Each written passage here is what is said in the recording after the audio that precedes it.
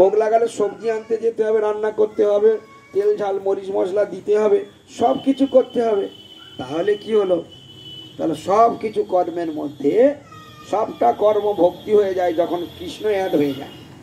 আর যখন কৃষ্ণ অ্যাড না হয়ে ওইগুলো করা হয় তখন হয়ে গেল কর্ম, ওর ফল আমাকে গ্রহণ করতে হবে। আর যখন প্রতিটা কর্মের সঙ্গে কৃষ্ণ অ্যাড হয়ে যায় তখন ওটা হয়ে যায় ভক্তি। এই এই আমাদের গৌড়ীয় গুরুবর্গের শিক্ষা, মহাপ্রভুর শিক্ষা। এই জন্য আমরা মহাপ্রভুর আসার উদ্দেশ্যটা একটু ছোট করে দেখে নিলাম।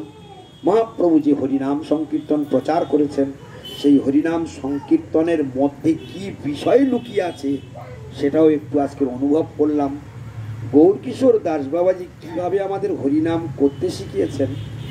বলছে, হয় তুমি বৃন্দাবন ধামে গিয়েছো, তুমি নিশ্চয়ই রাধাকুণ্ডে গিয়েছো, নিশ্চয়ই তুমি শ্যামকুণ্ডে গিয়েছো, নিশ্চয়ই তুমি কেশিঘাটে গিয়েছো, নিশ্চয়ই তুমি গোপেশ্বর মন্দিরে গিয়েছো, নিশ্চয়ই তুমি মদনমোহন মন্দিরে গিয়েছো, গোবিন্দ মন্দিরে গিয়েছো। বলে কীর্তনটা যখন করছো ওই বাণীগুলোর সঙ্গে সঙ্গে সেইখানে স্মরণ যদি হয় তাহলে তোমার ভক্তি কমপ্লিট। সেখানে স্মরণ হলো, সঙ্গে সঙ্গে মনে মনে সেখানে দণ্ডবত প্রণাম হয়ে গেল, হয়ে গেল। মনে মনেই সব কিছু হয়ে যাবে যেটা দর্শন করে এসেছে। এই জন্য আমাদের গৌড়ীয় গুরুবর্গ নবদ্বীপ ধাম পরিক্রমা দিয়েছেন, ক্ষেত্রধাম পরিক্রমা দিয়েছেন, বৃন্দাবন ধাম পরিক্রমা দিয়েছেন। ওই পরিক্রমার বাণীগুলো বলতে হবে আর সাথে সাথে সঙ্গে সঙ্গে সেখানে স্মরণ করতে হবে।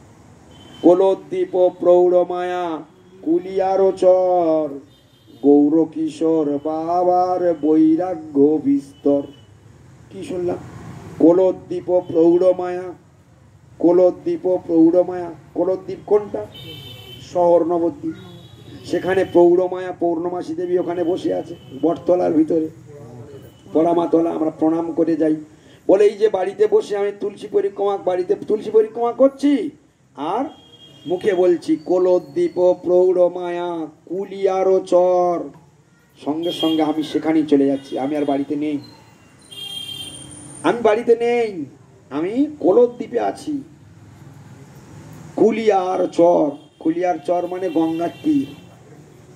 গৌর কিশোর বাবার বৈরাগ্য বিস্তর, অর্থাৎ ওই গঙ্গার তীরে গৌর কিশোর দাস বাবাজির ভজন কুটির ছিল। তার বৈরাগ্যটা কিরকম?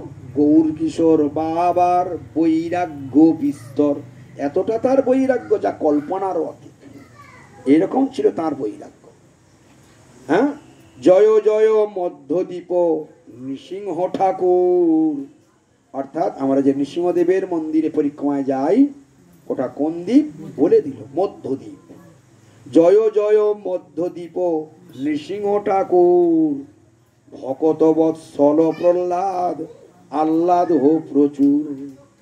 ওইখানেই চলে যাব, সঙ্গে সঙ্গে 1 সেকেন্ড দেরি হবে না, ওইখানেই আমাকে চলে যেতে হবে, ওইখানেই আমি তৎক্ষণাৎ দণ্ডবত প্রণাম করছি। হ্যাঁ, এই হলো ধাম পরিক্রমা, নিত্য স্মরণ। তুমি গোলক বৃন্দাবনে তুমি তুমি অনায়াসে চলে যাবে।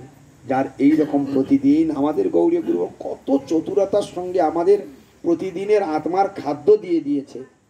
তুমি তো দেহ নও, তুমি তো আত্মা। আর তোমার এই স্মরণ যখন চলবে, প্রতিদিন যদি এই স্মরণ ভাসে, তোমার